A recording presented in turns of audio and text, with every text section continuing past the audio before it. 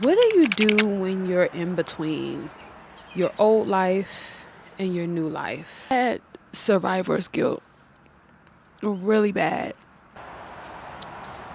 Is that going to be my life? Yeah, your services are no longer needed. Well, now I got to start over, right? Can you imagine being in therapy and finding out that what you're going through is actually trauma? I just wanted to tell you that I love you, I see you, and I hear you. And that's my TED Talk. Bye. What do you do when you're in between your old life and your new life? I have literally been sitting in this void for the past couple weeks because I know something new is coming. I know new life is coming. But I also still haven't had a chance to grieve all of the things that my old life was. I literally was sitting the other day thinking to myself, like, at one point in time, because I was homeless for 2 years, I had survivor's guilt really bad, where I felt like, I always kept saying I wasn't supposed to make it out of that. I was supposed to die. Like, I wasn't supposed to make it out of a lot of things in life that I went through. I'm sorry, y'all, but I made it out, right? And because I'm in between worlds right now, it has triggered me to think about all of the things that I have gone through, all of the things that I'm currently experiencing. And normally I figure it out, right? Normally I know how to navigate things. And this one is hard because I'm grieving the old life that I once knew. I'm starting to look at things about myself with a magnifying glass. Things that I always thought were just things I could be comfortable with. I'm starting to question. Like, I think for me the other day, not to be all over the place, but the other day, I started to look at my life and, like, before I became homeless, I had so many people around me. Like, I had a social life, I could do more, I had more. And then, of course, once I became homeless, all of that became obsolete. I lost people betrayed me. And then some people just faded to the back. And I found myself, after being homeless, trying to reconcile the things that I had lost. And even though I know that the people that I lost weren't people that were supposed to come on this next journey with me, I always just wonder, like, because I'm so comfortable being alone, like, is that going to be my life? Like, right?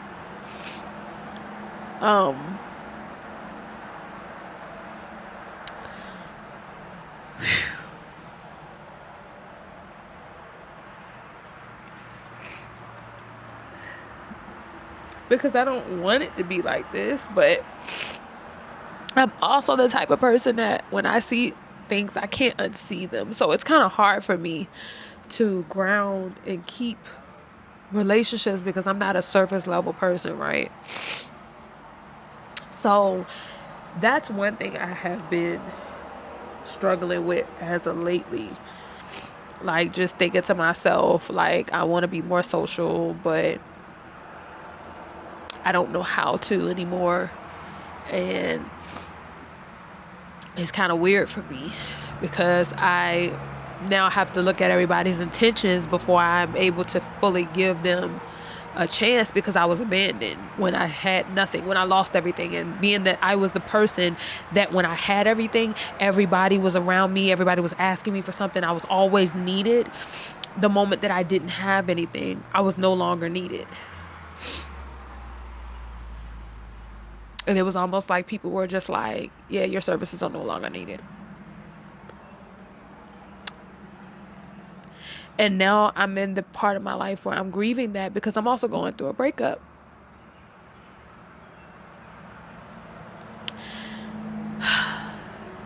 Five years of my life that I put into trying to make things work, even though the Most High was telling me the entire time that it wasn't going to work, because that's not what that was not who I'm supposed to be with, or this is not the journey that I'm supposed to be taking with him. It is hurtful because you put yourself out there and you do the work, you do the hard work, and you try. Even when I wasn't being met with the same amount of effort, I still tried. I still pushed myself. I still did what I thought I could do. And it just didn't feel like it was enough. And Jesus. Sorry, y'all, I'm not used to crying on camera. That's not my thing. So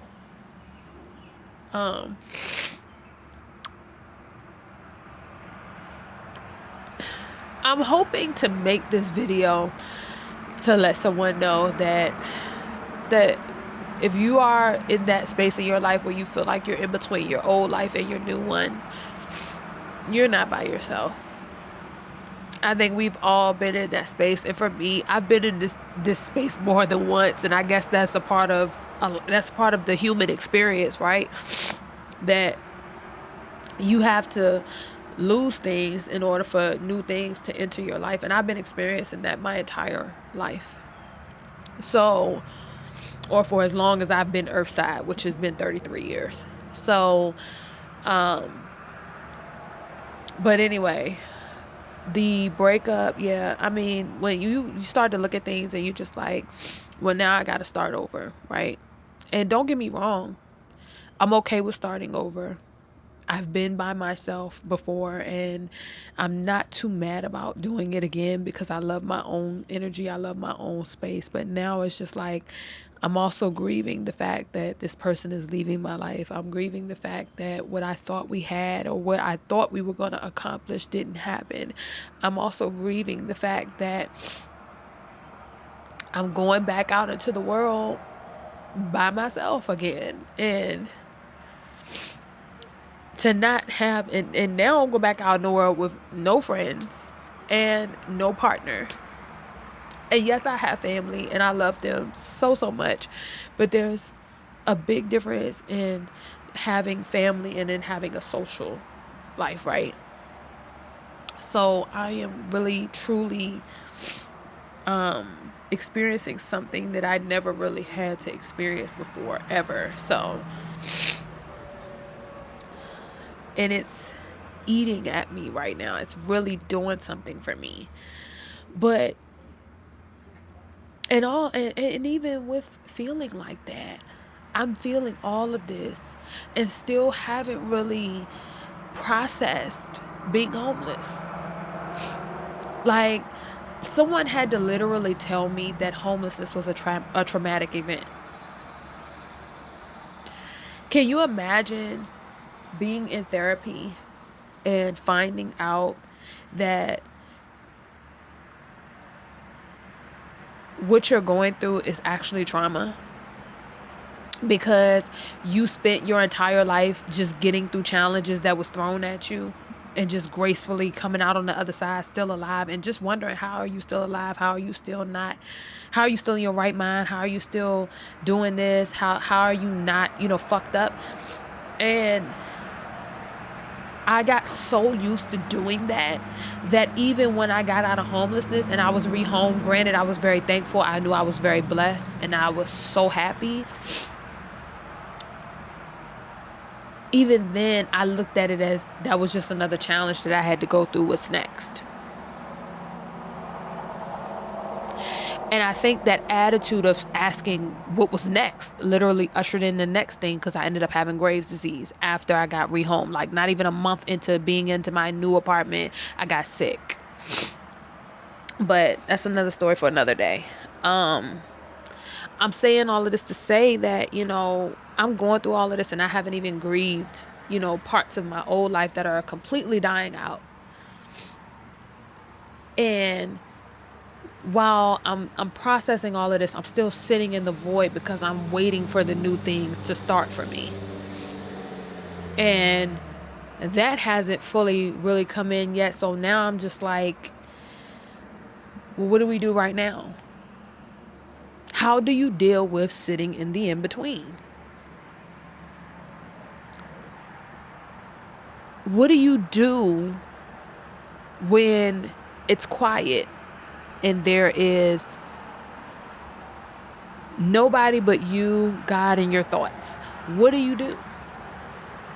What do you do when you don't have the social life? What do you do when you don't really know if you want to go outside and you don't know if you want to just take yourself out to the park and all of those different things? What do you do? I think that is a question that deserves an answer, because I feel like many people have been in this place in their lives and they had no clue how to navigate it. And it gets thick because, again, you're grieving your old life while simultaneously trying to walk through your new one. And you have to manage that because everything else around you don't stop. Just because you're having what feels like, I don't want to call it a crisis because that's not what it is. When you're going through what feels like a transcendence, right? You're ascending. You're literally dying out and rebirthing. And that shit ain't easy. It's not easy to alchemize that energy. It's not easy to pour that energy into somewhere else because you really want to cling on to that thing that you know because it's familiar. It feels good. It's a dopamine hit. But you also know that thing you're trying to cling on to ain't good for you. And it's not serving a purpose for you anymore. And whatever's on the other side of that unknown territory that you're waiting for, that, that's sitting on that door, that sitting on the other side of that door that you're waiting for to open for you, that's a little terrifying too. And you wondering if that's going to even be what you think it is, right?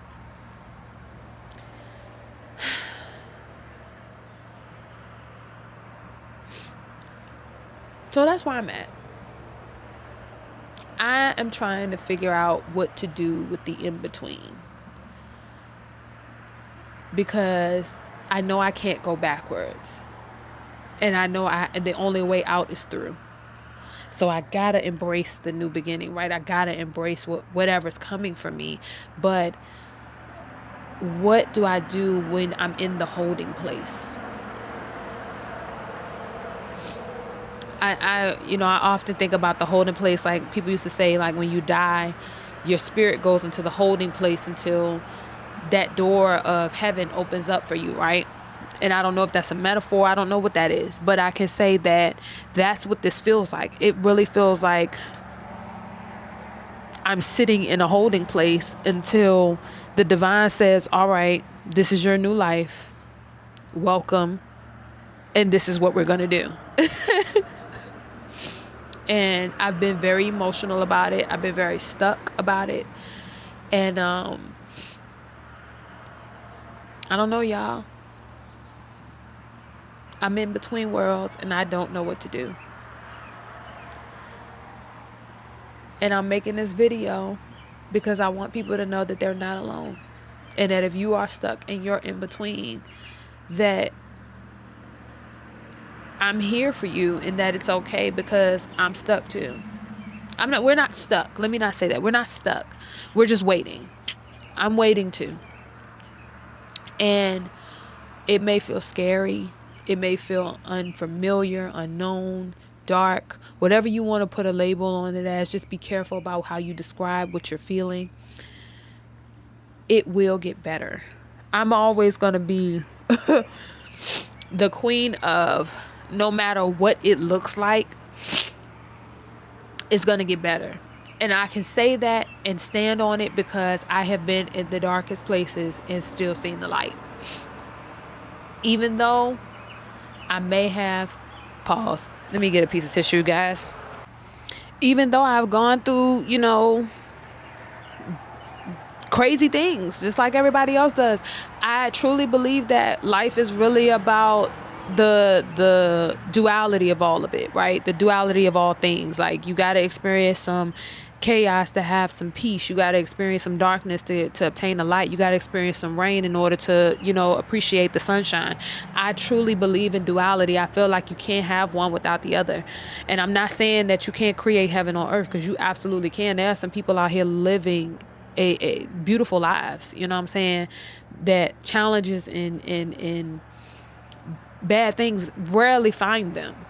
But then there are also people who are like me, that have been through some turbulent and trying moments and didn't know if they were going to make it out of them. I was sitting back thinking the other day, I'm like, damn, this has been going on for me. I don't want to say my whole life, but I could say like the beginning of it probably started for me when I was 18, when I got into my very first car accident. And I literally knew in that moment I was supposed to die. I wasn't supposed to be there. I wasn't supposed to be here. Like, I wasn't supposed to walk away from that. I think that was the first time that I felt like I wasn't supposed to make it out of that. And I walked around with survivor's remorse and guilt for that for a long time, because I made it out of something that most teens around my age, they would get into accidents, get hit by drunk drivers. That was really a thing during the time that I got into an accident. They didn't get to go home. They were in a box. Their parents had to bury them. And I made it home without a scratch. My car was folded it was folded like a taco. And I literally walked out of there with an airbag bruise, and that was it. I had no scratches, no broken bones. I didn't have to go to the hospital. I didn't have no internal trauma. Like, I literally walked away from it with everything intact. And then before that, I want to say I was 16 or 17. I almost got abducted on my way to school. And I always said that was by the grace of God. My sister was watching me because, this man had literally, I guess he had been, following my patterns every morning. And I would leave out the house, put headphones in my head, all of those things, and walk to the bus stop. And this man literally was walking behind me, a little short Caucasian man was walking behind me with a briefcase. And he just came out of nowhere one day, and he was on my heels. And my sister was like, something just told her to get in the car, and she got in the car and she followed me, and she yelled my name, and I turned around. And as soon as I turned around and she yelled my name, she told me to jump in the car, and he took off. Like, and I knew for sure he was going to do something to me. Like, I already knew. But I escaped that. So we got through that. We escaped the very first car accident that I probably shouldn't have made it out of.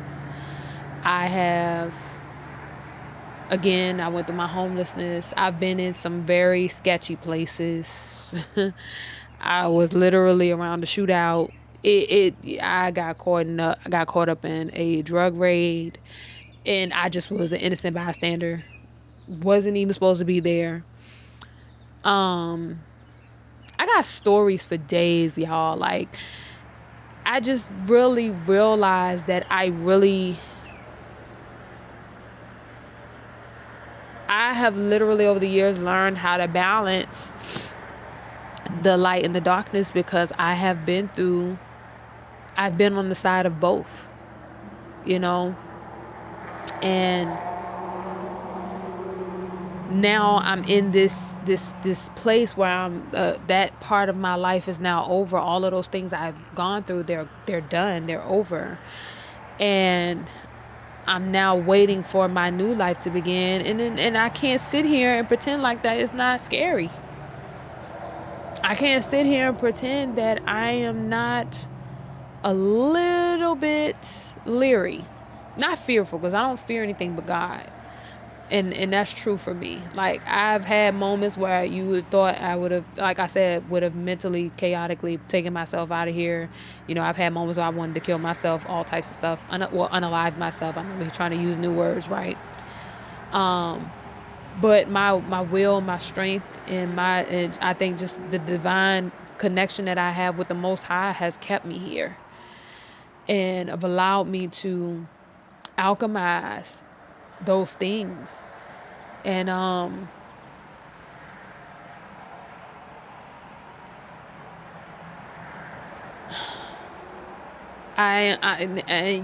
I'm sitting at this door and I'm waiting for it to open, and I'm a little leery.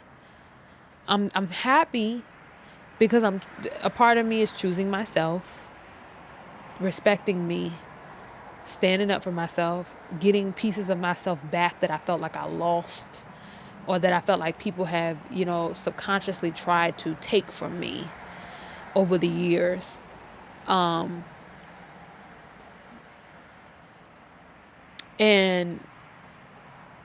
I'm excited about who I'm becoming in all of this, but I can't sit here and pretend like I'm not a little leery of walking through that new door and what it's going to bring and who I'm going to meet and paths I'm going to walk down and rooms I'm going to be in. I can't help but to think about that.